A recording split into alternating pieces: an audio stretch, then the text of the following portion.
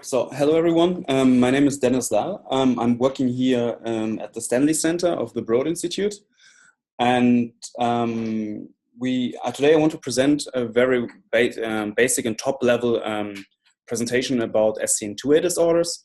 And this talk just is targeted for a wider audience, people who are interested in the underlying biology and what is known in the field, but also should encourage parents and family members to get to know into the science a little bit, because it's not that complicated what we know at this point in time. Okay, so again, this is a very, very basic overview, and that's why we start from scratch. So when we talk about SCN2A disorders, we talk about a genetic disorder and just some basic background. What is basically DNA?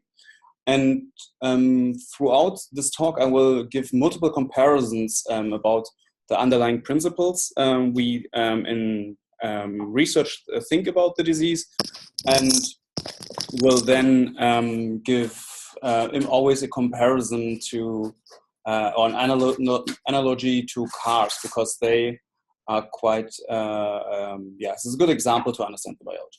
So when I talk about DNA, or then I talk about a construction plan, basically, which deciphers a little bit how, or describes how to construct a human, if you want to really, in a simplified way, think about it. This is similar to a construction plan of a car. There are differences, and I will discuss a little bit this at the end, but just to give a back picture, if we talk about DNA, it's a construction plan. And as you can imagine, like a construction plan is basically not showing everything as a whole, but has a construction plan has certain parts which basically explain how these parts are constructed. And this is, for example, if we talk about a gene, this is similar to like a construction plan of a certain part of the car. So a gene basically encodes something which is a part of the overall human body. So, and in particular, if we talk about the SCN2A disorders, we talk about 1 out of 18 to 20,000 genes. And this gene encodes like parts which basically will make up the overall protein of SCN2A. And these parts are called amino acids. If you think about, for example, like a construction plan for car brakes, this is similar to basically like metal pieces or screws and other pieces who basically build at the end the whole brake. And if we think about this a little bit further, and basically if we also wanted to understand the underlying disease of SCN2A disorders, we have to know that the SCN2A gene encodes basically a voltage-gated sodium channel. So what you need to know is that this is a ion channel. This is something which is basically it's called membrane, so something which is surrounding each neuronal cell. All cells, but here in particular neuronal cells, where these channels have a job. And this is basically similar, basically at the end, to the underlying product of this brake construction plan, which is the brakes. And just to give you some very, very basic overview, as I said, this is the SCN2A gene encodes this NaF1.2 so-called channel. And this is a channel which is basically working with sodium and is able to pass sodium and has different conformations. So it's not just, so it's a very active thing. And this can let an activated state sodium through and has different conformations, which also can not let sodium channel through in an inactivated or deactivated state. And there are multiple parts or ways where it can be basically not let sodium through, and also multiple ways that it can go through. And this is important to know when we think about this a little bit later. In addition, so as I told you that each neuronal cell has these kind of channels on their neurons, it is important to note that in contrast to a car construction plan where you have the car and then you build the full car, the human brain is developing over time. So there's a wiring going on. And it's important to keep this in the back of the head if we talk about SCN2A disorders. Because you can think about a disease in a way that basically your wires or these basically highways between neurons, basically that there are certain traffic lights are not working properly. But you can also think that the roads have not been built properly if you have, for example, a mutation in such a channel. And this is something which is currently active really in research. Many people study this, and we try to identify basically what is more important, or are both things important. So the wiring or throughout development, or basically these traffic lights through signaling of currents.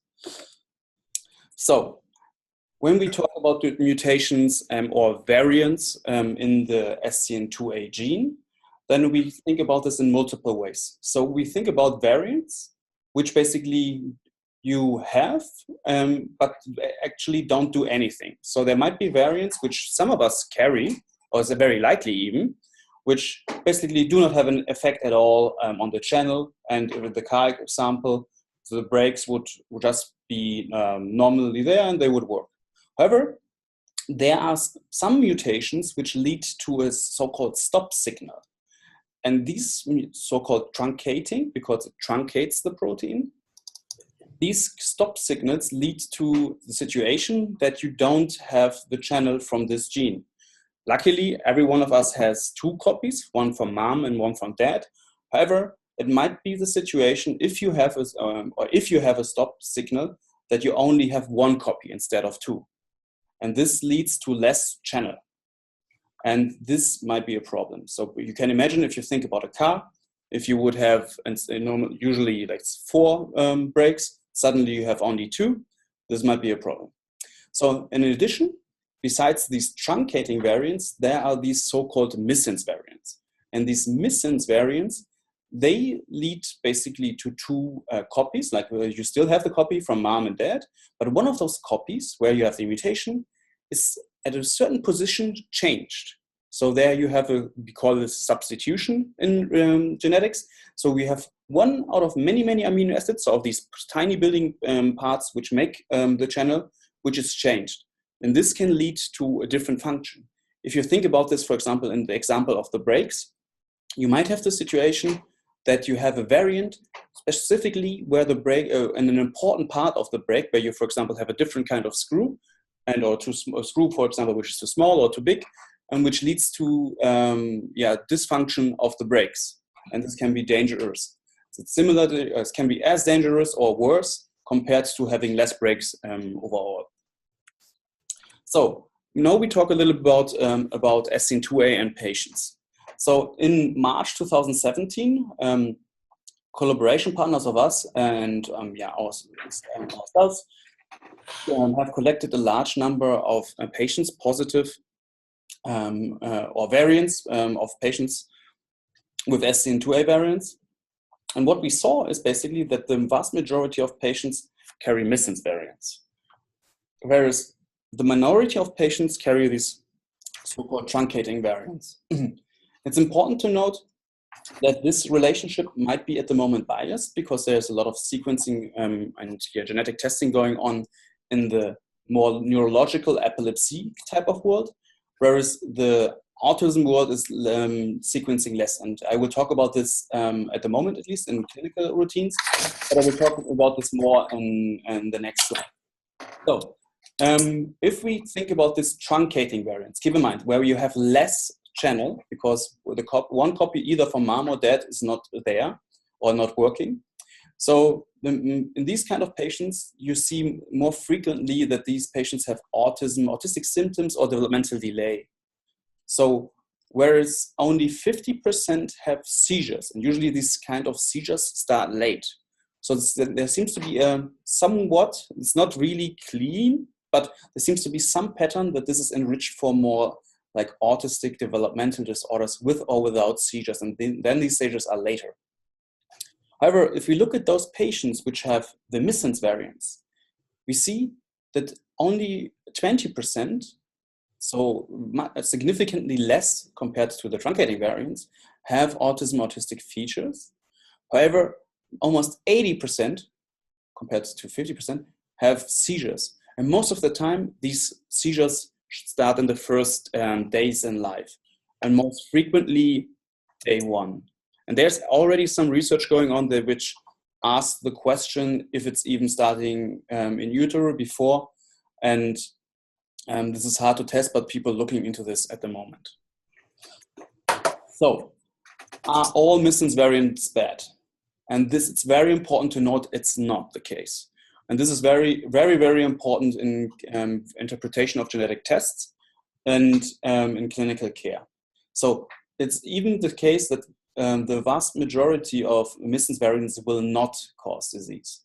And many scientists like us try now to identify which variants actually cause disease and what's the difference in terms of their position in the protein. For example, are they more near the pore, or do they have are they in a specific other region which has some kind of importance, and can we generate patterns out of this? Again, this protein, NAF1.2, which is encoded by the SCN2A genes, is made of many, many, many amino acids, which look like here, these pearls. So, and at the moment, more than 400 amino acids in healthy individuals have been found.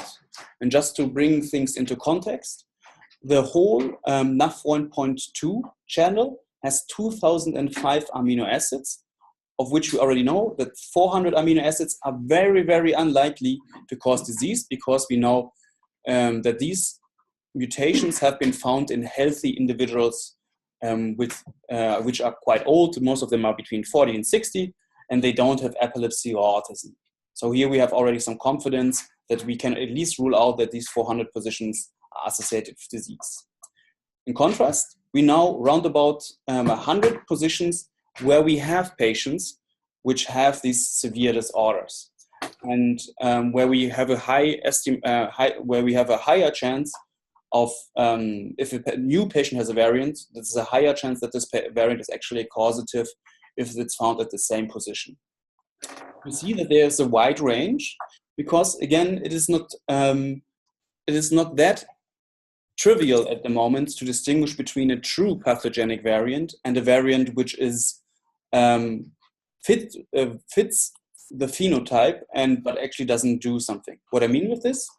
So we sequence in the Western world at the moment so many patients with developmental disorders, including epilepsy and autism, that just by chance, it is not rare anymore that we find someone with a mutation in SCN2A. And since there's so much sequencing going on, it can happen that a patient who has a phenotype, for example, has seizures, has an SCN2A variant, but the variant is not the underlying cause. And this is very important to note. And that's important that to use additional utilities to evaluate if this variant is actually causative. And this can be, for example, phenotype information. For example, if the seizures happen in the first day in life, then it's much more likely that the variant does something. Then biological knowledge about the channel and where the mutation is located, and functional testing at the end. So, but are there other ways to prioritize variants which cause disease and variants which are unlikely to cause disease? And in genetics, we learned in the last years that there are some underlying rules. For example, we found that, and many others found in the last years, that disease-associated variants, they hit sites which are essential, whereas those variants which are not disease-associated, they hit sites which are not essential.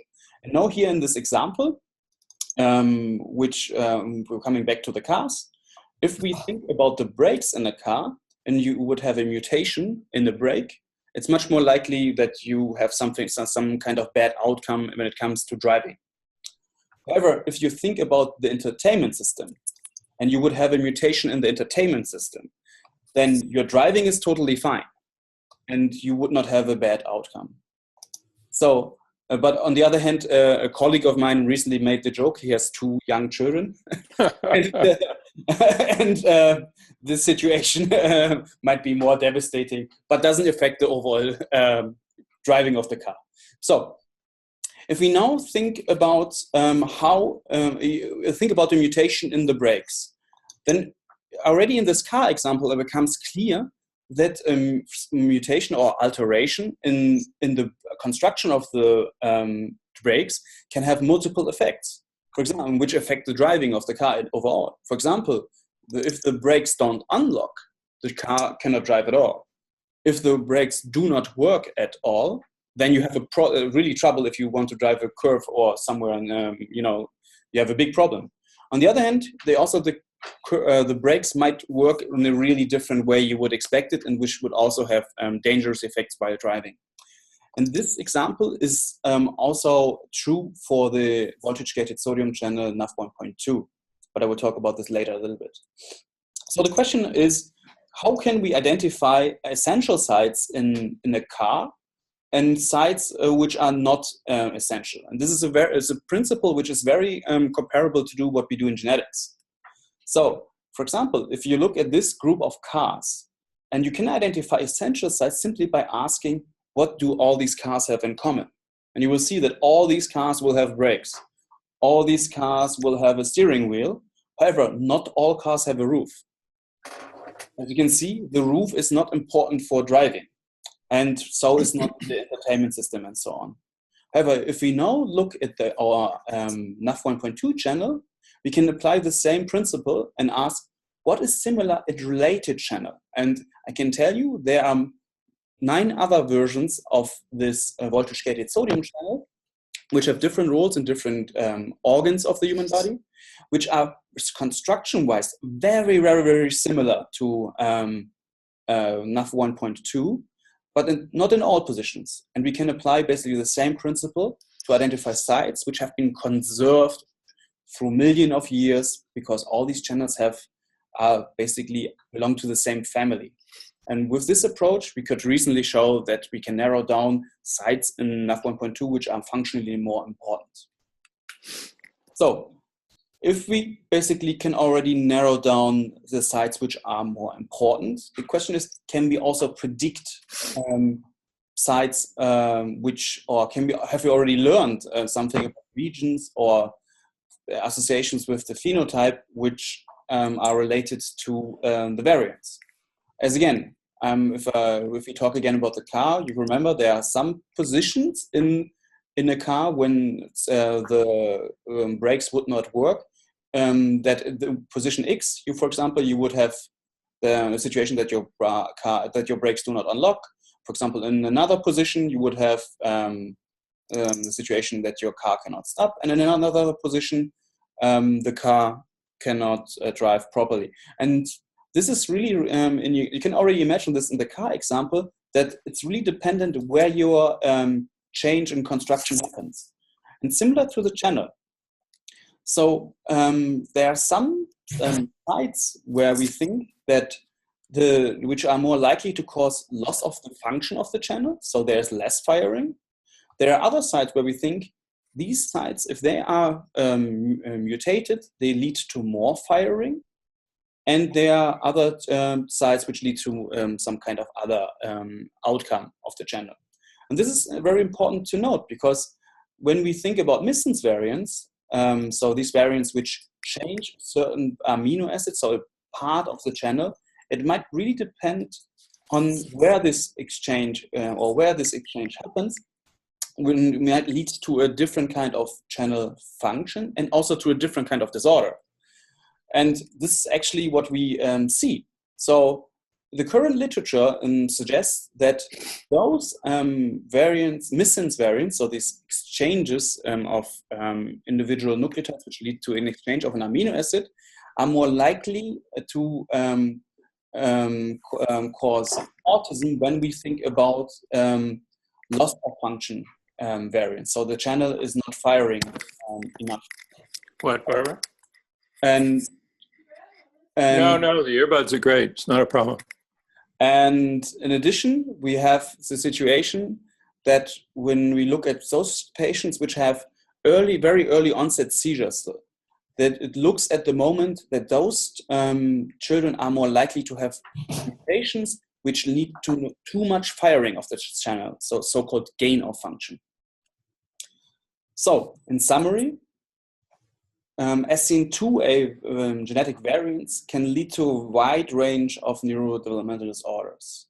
And this is really important. So to understanding the individual genetic variant is very, very important when we think about clinical or therapeutic intervention. And we are actually in research-wise at the moment at the position that we can already give an estimate for several of those variants. For some with more certainty, for others with less certainty. However, it's really important to note that this is not just one mechanism associated with disorders in SCN2A. And if we think about this more on a bigger scale, we saw that patients with which have primary autism, so which often are recruited through psychiatric assessment, which may or may not have seizures, and most of the time the seizures are a little bit later, so after the year 2. We have seen that they are more likely to have mutations which are truncating, which are introducing so-called stop signals. And if you read your genetic report, these are so-called FS, before frame shifts, or they are called TEA or stop in general. And those patients who have autism and these so-called missense variants, which leads to a loss of function, they are more likely to cause autism as well. So overall, it looks that these patients who have not the early onset seizures, which have often autism or developmental delay, they have basically a disorder in SCN2A, which is less firing or less channel. However, in contrast, if we think about these children who have seizures in the first 14 days in life, these are much, much more likely to have a variant which leads to gain of function, and meaning that the channel is firing too hard. And if we think about, if we read a little bit the literature, there is more and more evidence that so-called sodium channel blockers work for these children. However, these blockers don't work at all for these loss of function channels. And if you think about the biology, too much firing and less firing, we understand that blocking too much firing would help these patients. Overall, you have really to keep in mind that in contrast to the car example, the human body is developing. So, and the effect how basically a genetic mutation can have through for the brain development, basically, which can already be in early stages of the brain, because in human development, because the NaV1.2 channel is already doing a job very, very early in fetal development, is not clear. So if a wiring of the neurons, so like these highways in the brain, if this is an important alteration due to mutations in this channel, it is not clear. But at least at the moment, we get a more and more complete picture, and many people are researching on that. So if you are interested, there is actually a patient organization, or I think there are even multiple ones, who really help the parents and also organize scientific meetings. And there are multiple scientists working on recruiting patients, and also writing blog posts, and are easy to contact. I realize at the moment that I don't have my Twitter account here listed, but if you Google my name, you easily find me, and we are happy to communicate and connect you with, for example, the SCN2A organization. And if there are any more questions, feel free to answer. Feel free to ask those. And overall, I can tell you that many scientists and also the Stanley Center are working now in this research area, and it's a very exciting field because we learned a lot in the last 2 years, and at the moment it looks at much more is coming. Thank you very much.